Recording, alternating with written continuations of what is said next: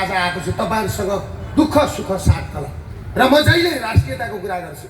हिजो पहाडमा झिगटी घरमा बस्ने घोडामा चढेर हिँड्ने सामन्तहरूलाई कम्युनिस्टहरूले सामन्त भनेर काटे, आज तिनै कम्युनिस्टहरू आफ्नो सामन्त बने। मलाई त अब फर्केर आउँछु कि आउँदिन जस्तो लागेको थियो।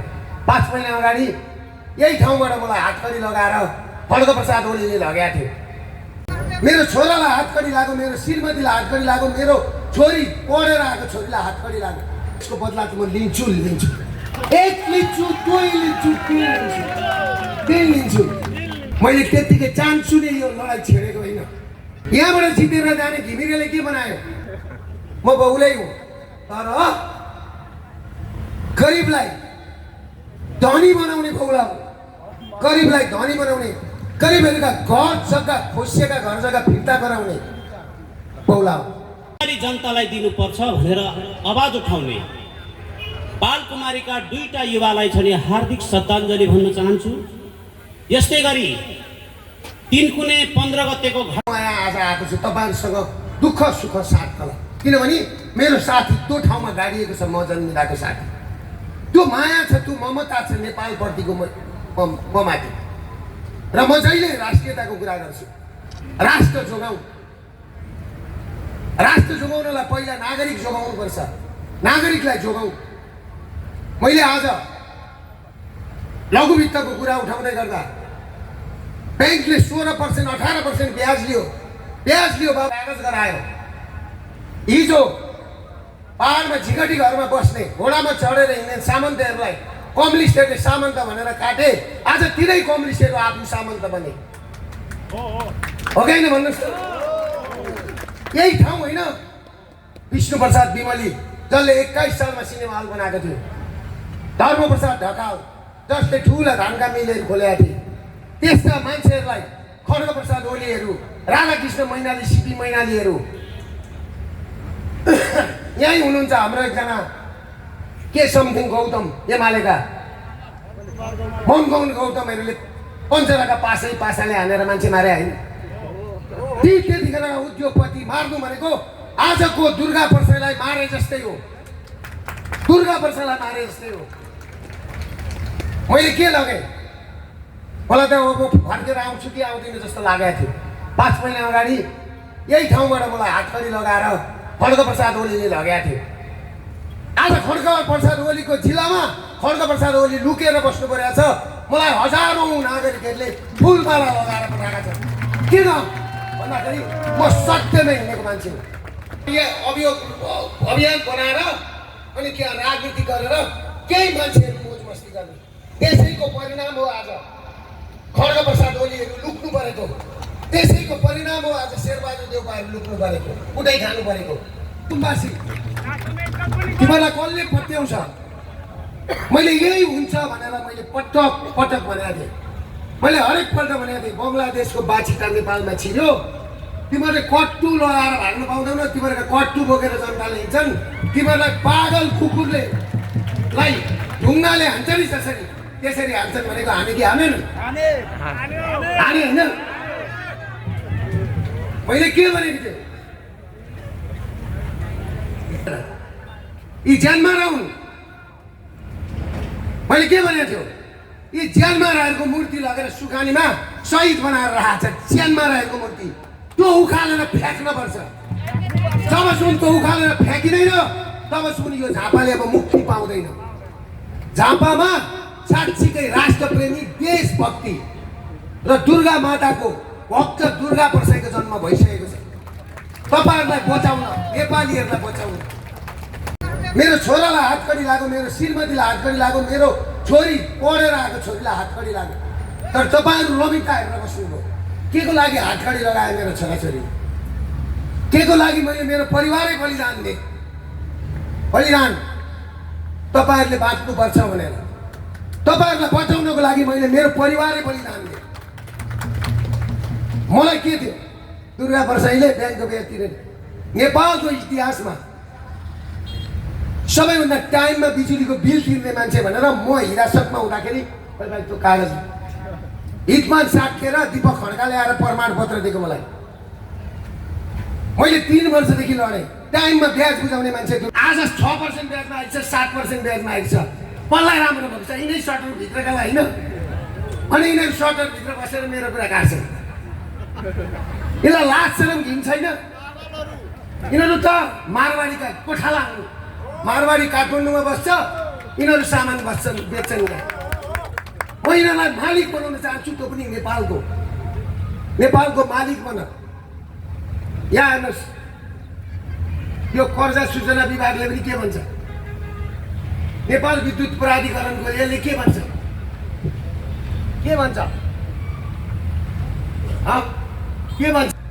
तुलामा चियार नहेरौँ तिमीहरू सबैजना राष्ट्रवादी शक्ति हो भने भोलिदेखि मेरो घरमा आऊ लाइन लागेर हामीले गल्ती गऱ्यौँ भनेर म यहीँ छु केही दिनलाई आऊ रत्नाकर भन्ने मान्छे पनि बाटोमा बसेर नि टाका गर्थ्यो तर के लेखे भनेर रामायण लेखेर वाल्मिकी बन्यो तिमीहरूलाई वाल्मिकी बन्ने मौका छ तिमीहरू वाल्मिकी बनो होइन भने अस्ति त सुरुवात मात्रै हो यसले गर्दाखेरि तिमीहरूलाई सच्चिने मौका छ यहाँबाट जितेर जाने घिमिरेले के बनायो तर दुर्गा प्रसाईले आज बिर्ता मोड भनेर नि संसारमा कसैले चिन्दैन के कारण चिन्छ भन्दाखेरि गुगलमा जाँदा बिएनसी बसेको ठाउँ भनेर चिन्छ बिर्ता मोड भनेर कसैले चिन्दैन पूर्वाञ्चल क्यान्सर कहाँ छ भन्दा बिर्ता मोड कसले बनाइदियो तर फड्केले त यहाँ एउटा हस्पिटल बनाएन एउटा टावर बनायो टावर देख्नुभयो नि 4 अरब खर्च गरेर त्यो पनि सक्यो होइन एउटा केही बनाएन मैले दुःख जहाँ 2000 बिरामी आज उपचार गर्न आउँछन् हेर्नुहोस् 500 बिरामी बेडमा छन् 60-70 जना भित्र दुख्छ होला म जेलभित्र छु खाता बन्द गर यो अपराधीले खाता म जेलभित्र छु मेरो श्रीमतीलाई हातकडी लगायो यो अपराधीले म जेलभित्र छु मेरो छोरी यही बिर्तावनमा सेवा गर्छु भनेर डक्टर भएर एमडी गरेर आएको छोरीलाई एयरपोर्टमै यसले हातकडी लगाएर लागेको छ यसको बदला त म लिन्छु एक लिन्छु दुई लिन्छु तीन लिन्छु मैले त्यतिकै चाहन्छु नि यो लडाइँ छेडेको होइन तपाईँहरूले बुझ्नु होला म सबै थोक सक्छु तर म व्यवस्था बदल्छु भनेको थिएँ सुरुवात भयो कि भएन हाँस्नु हुन्थ्यो होइन अस्ति र फड्के ओलीको कारणले आज जम्मै पार्टी सकियो सबै पार्टी सकियो आज फड्केका कारणले मैले के भनेको थिएँ मलाई एफिलिएसन देऊ म खुरु 58 अर्ब नेपाल यो एनसिएलको पैसा 58 अर्ब रुपियाँ पैसा चर्लक्क उहाँ लगेको कम्बोडिया अनि यो कुरो भन्दाखेरि फड्केका यहाँ भात माराहरू होला नि कहीँ कुनामा लुकेर बस्या है तिनलाई अझै पुगेको छैन अहिले गुन्नुमा आएर बसेको राजनीतिक शरणार्थी भएर घरमा आगो लागिहाल्नु तारिक लागेन तपाईँहरूलाई लिलामका घर जग्गा जमिन फिर्ता गराएर छोड्छु यो मेरो वचन हो तर तपाईँहरूले मलाई साथ दिनुहोस् म के भन्छु तपाईँहरू मलाई साथ दिनुहोस् 20 लाख भन्दा मुनिको ऋण बिना दुर्गा प्रसाईले गराउँछ 20 लाख भन्दा माथिको ऋण 25 वर्षलाई 5% ब्याजमा तिर्ने वातावरण बनाउँछ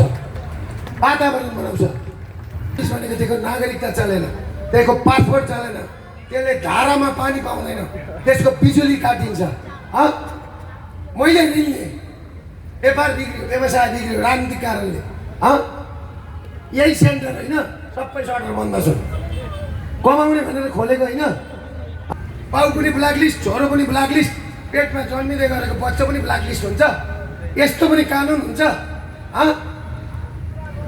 3 पुस्ते ब्ल्याकलिस्ट के हामीले गरेको छैन व्यवहार गरेको छैन म त हेर्नुहोस् व्यापारी होइन म पैसा गर्ने गल्लीमा बसेर पैसा गर्ने मान्छे पनि होइन गल्लामा म उद्योगपति पनि होइन उद्योगपति होइन भन्दा पनि 5,000 मान्छे छन्। म व्यापारी होइन भन्दा पनि महिनाको 1-2 करोड रुपियाँ कमाइरहेकै छु। तर यो सबै कुरा छोडेर अहिले म जोगी भएँ। कसको लागि जोगी भएँ? तपाईँहरूको लागि।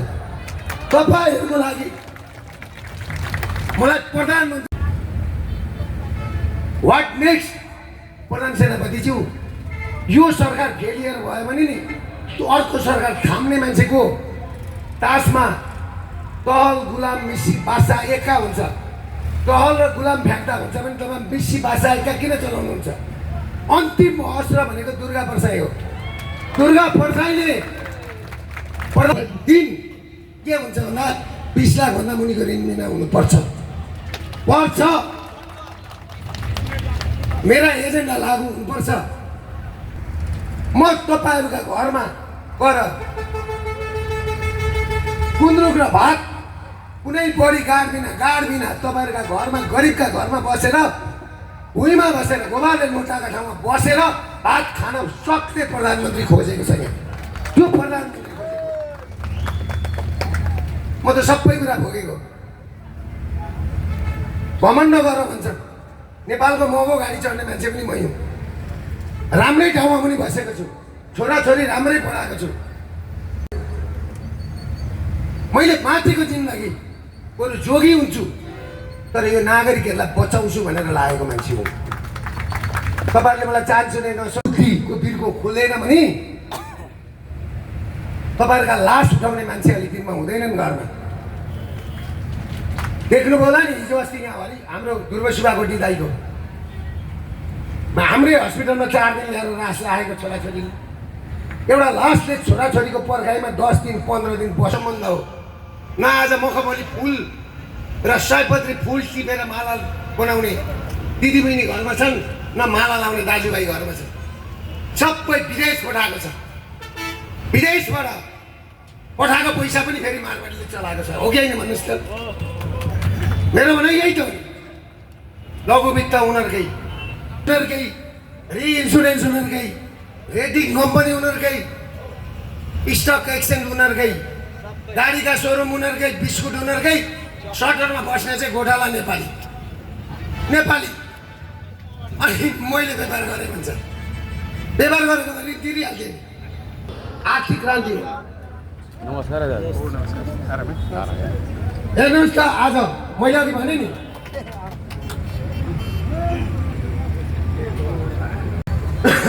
तपाईँहरूलाई म भन्छु, म मर्छु तर तपाईँहरूलाई मुक्ति गराउँछु। मुक्ति, यो कुरा बुझ्नुहोस्। मैले यही हस्पिटल बनाउँदाखेरि यहाँका ठुला बडाले के भन्थे थाहा छ? मेरै दाजुभाइहरूले, ठुला बडाहरूले दुर्गे त बौलायो भन्थे। अहिले यही हस्पिटलमा आएर दबाई गर्छन्। खुसी लाग्छ। म बौलै हुँ। देश परिवर्तन गर्न बौलै चाहिन्छ। हिटलर पनि बौलै हो। जङ्गबहादुर बौलै हो। त्यही भन्छ घरानाबाट हाम फाल्यो त। सज्जनले कहाँबाट हाम फाल्छ? बुझ्नुभयो? के बुझ्नुभयो तपाईँहरूले? म बौलै हुँ। तर गरिबलाई धनी बनाउने बौला हो। गरिबलाई धनी बनाउने, गरिबहरूका घर जग्गा, खोसिएका घर जग्गा फिर्ता गराउने बौला हो। तपाईँहरू लेखेर राख्नुहोस्। अस्ति मैले देखाइदिएको छ। चैत 15 गते हामीलाई अलिकति गद्दारी नगरिदिएको थियो भने यो शासन सत्ता मेरो हातमा आउँथ्यो। तपाईँहरू ऋण मुक्त हुनुहुन्थ्यो। अब यो केही समय लाग्यो भन्दाखेरि नयाँ शिक्षा लाग्न खोजे पश्चिमाहरूले। नयाँ शिक्षा लाग्न नमानेपछि राजा महेन्द्रको 51 वर्षको उमेरमा षड्यन्त्रपूर्ण रहस्यमय मृत्यु गराइयो। तपाईँहरूले बुझ्नुहोस् राम्ररी। त्यस पछाडि के हो? 28 सालमा राजा महेन्द्र मरिसकेपछि नयाँ शिक्षा लागू हो। त्यो नयाँ शिक्षाको बिउले आज कोही पनि नेपाली नेपालमा बस्दैन। देख्नुभयो कस्तो खालको अफिम छरेको रहेछ, कस्तो खालको बिरुवा रोपेको रहेछ। अब बहुदल व्यवस्था आयो। त्यो बहुदल व्यवस्थाले मात्रै पुगेन। उद्देश्य त अर्कै छ नि त। उद्देश्य के छ? नेपाल टेकेर भारतलाई अस्थिर बनाउनेछ उद्देश्य त्यो। त्यस पछाडि के भयो? 52 सालमा फेरि माओवादी जन्माइयो। 52 सालमा माओवादी जन्माइयो। त्यस पछाडि के भयो? 58 सालमा हाम्रा हिन्दूहरूका सम्राट हामीले विष्णुका भगवान भनेर राजा वीरेन्द्रको वंशनाश गरियो। त्यतिले मात्रै पुगेन। त्यस पछाडि के गरियो? 62-63 राज संस्था हटाउने भनेर अन्तरिम 72 आएर संविधानमै के लेखियो? धर्मनिरपेक्ष र राज संस्थाको सधैँलाई अन्त्य गरियो। ताली बजाए, ताली यसरी खुसी भएर ताली बजाए। त्यसको परिणाम हो यो, त्यसको परिणाम हो। त्यस पछाडि के भयो? यी पार्टीको काम सकियो। अब संविधानमा ल्याउनु त्यो सकियो। अब नयाँ पार्टी चाहियो। नयाँ पार्टी ल्याउनको लागि 3-4 वर्षमा के गरियो? गोविन्द केसी रेडी गरियो। मान्छे आउने टाई सुट लगाएर कागज यस्तो गरेर बस्ने। अलिअलि मौलाउन लागेको स्वास्थ्य थियो, शिक्षा थियो, नर्सिङ पढाइ हुन्थ्यो, +2 माथि पढाइ हुन्थ्यो, MBBS पढाइ हुन्थ्यो। त्यो डक्टर धेर भए, पाइलट धेर भए, इन्जिनियर धेर भए, नर्स धेर भए भनेर त्यो बन्द गराउन लाग्यो। त्यहाँबाट मेरो लडाइँ सुरु भयो। यसको मेन नायक भनेको कनकमुनि दीक्षित, कल्याण श्रेष्ठ, केदार भक्त माछेमा, सुशीला कार्कीदेखि सन्दुक रोहित पत्याउनुहुन्छ। तपाईँहरू त भगवान भन्नुहुन्छ नि सन्दुक रोहितलाई, भगवान सबै। 1000 मान्छे त पढे लेखेका टाई सुट लाउने मान्छे किनेको रहेछ हौ पश्चिमाले। कसैले पत्याउँदैन। अब म एक्लै बोलेको कसले गर्छु? अब हेर्नुहोस् त, अब म नपढेको मान्छे, पढेका मान्छेले सबै पत्याउने। अब त्यस पछाडि के भयो? चिनिहाल्नुभयो तपाईँहरूले। ए सबै खाने। अब के भन्ने? भनौँ भने अलिअलि मुख छाडिहाल्छ, लेख्न आउँछ उनीहरूलाई। मलाई त अरू कुरा के लाग्यो भने नि कृष्ण दाइ, जेलमा भएको मान्छे जेल भत्काएर संसार जितेको चङ्गे छान जस्तो खुसी भएर निस्केर हिँडेको छ। के हो त्यस्तो थियो? के हो त्यो? बागाची पढेको मान्छे अरे। मैले जहिले भन्थेँ त्यो अर्काले लेखिदिएको समाचार प्राउन्डरमा पढेर दुनियाँ थर्काएर ठगेर खाने मान्छे यो नेता हुन सक्दैन।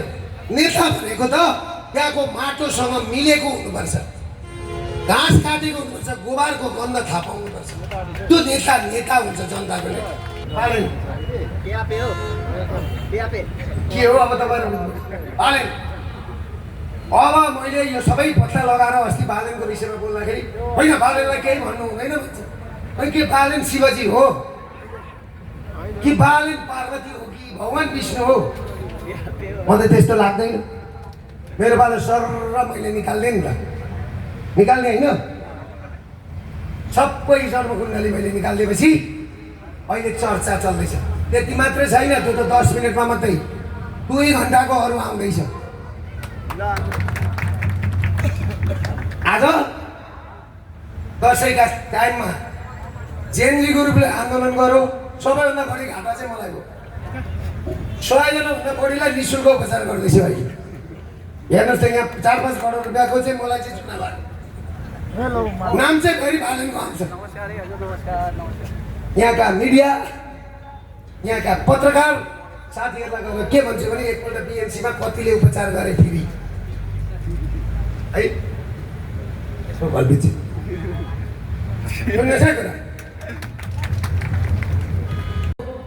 राजा वीरेन्द्रले मर्नु पर्यो, राजाले राजगद्दी छोड्नु पर्यो। म धरती छोड्न तयार छु तपाईँहरूको लागि। धरती मैले ढाँटेको होइन, दुर्गा माताको कसम खाएर भनेको। अहिले पनि म दुर्गा माताको त्यहाँ पूजा गरेर आएँ। कहाँबाट सुरु भयो भन्दा त्यही दुर्गा माताको मूर्ति कानाबारीमा राख्न नदिँदा सुरु भएको लडाइँ हो नि त यो। मूर्ति राख्दै गर्दा माता तपाईँमा यदि शक्ति रहेछ भने कम्युनिस्ट भन्ने पार्टी 1 वर्षमा सकिन्छ है भनेर भनेको थियो। झन्डै 18 महिनामा केपी ओलीले लुक्नु पर्यो। कम्युनिस्ट भन्ने सकियो भनेपछि नि मातामा शक्ति छ। अहिले दुर्गाको माताको समय हो। तपाईँहरू मलाई दसैँ तिहार र छठ पछाडि साथ दिने कि नदिने? दिने होइन? यता तलतिर बसेर साथीहरू दिने कि नदिने? दिने हो नि? त्यो भन्दै यस्तो गर्मीमा पनि तपाईँहरू बिहान हेर्नु न 10:20 मा उठ्छ भनेर हवाईजहाज 11 बजी भन्छ 12 बजी भन्छ 1 बजी भन्छ हवाईजहाजभित्र राखेर 2 बजी उडायो। यस्तो छ। अब नउत्रेर हिँडेर आउनु हो कि न भन्नु त? आफूलाई कतिखेर आउँ लागेको छ तपाईँहरूलाई हेर्नलाई हो कि न? 6 महिना अगाडि यहीँबाट हातकडी लगाएर लगो तपाईँहरूको लागि लड्दा। अब जेल गएको सुन्नुहोस्, जेल गएपछि कस्तो भयो भन्दाखेरि जब जेल लाने भएपछि मेरो छोरो रोएछ। जीवनमा मैले मेरो छोरो रोएको थाहा पाएको थिएन। मलाई मेरो छोराले कहिले पनि छोडेन। त्यही भएर छोरो चाहिन्छ छोरी चाहिन्छ भने मलाई जेल बसेको फिल नै भएन। जब मलाई जेल लगे 4 बजी म पुगेँ। अब के सोचे त जेलमा त चौकीदार हुन्छन्, नाइके हुन्छन्, भाइ नाइके हुन्छन्, आएर कुट्छन् भन्ने थियो। अनि म त अब बिहान 6 बज्यो 6:30 बज्यो 6:45 बजीतिर त्यही सोचेर मुठामा बसिरहेको थिएँ। टोइलेटहरू थिए। अब यी टोइलेटहरू युज गर्न मिल्छ कि मिल्दैन नसोधिकन नयाँ बेहुली जस्तो भइयो हो, पुरै नयाँ बेहुली जस्तो। त्यस पछाडि एकजना दिपेश लामा भन्ने आए। यत्र नारी गरेका राम्रै टाटु नै टाटु भएका। अनि छेउमा आएर दुर्गाजी नमस्ते भनेर नमस्ते भने उहाँले त्यति भनेपछि अरू सबै आएको 400-500 जना भाइ नमस्ते भने उहाँले के भन्नुभयो? म यो जेलको चौकीदार हो। यो जेल मेरो अन्डरमा चल्छ। तपाईँ त क्याप्सुल हो, तपाईँ दबाई हो। त्यसले गर्दाखेरि यो जेलको कानुन लाग्दैन भनेर भने। त्यसपछि मेरो छाती यत्रो भएर पुग्यो। राम्रो काम गरौँ भने जेलमा पनि राम्रो ठाउँ पाइँदो रहेछ। बुझ्नुभयो कि? त्यही भएर राम्रो गरौँ। हेर्नुहोस् म भन्दैछु, म बालेन होइन कोठाभित्र बसेर स्ट्याटस लेख्ने। म त चैत 15 गते पुलिसै गरेर भिडेको हो नि त। कमान्डर भनेको त्यस्तो हुन्छ, लिडर भनेको त्यस्तो हुन्छ। तपाईँहरूले बुझ्नुहोस्, म खड्ग प्रसाद ओली होइन। एक नेपाली उद्योगपति काटेर मारवाडीसँग पार्टनर गर्ने प्रचण्डलाई मैले भने सरबार वर्गका भुइँ मान्छे उत्पीडन वर्गको माग राखेर तपाईँले जितेर जानुभयो। अजय सुमार्गीसँग हेलिकप्टरमा चढेर टिस्टु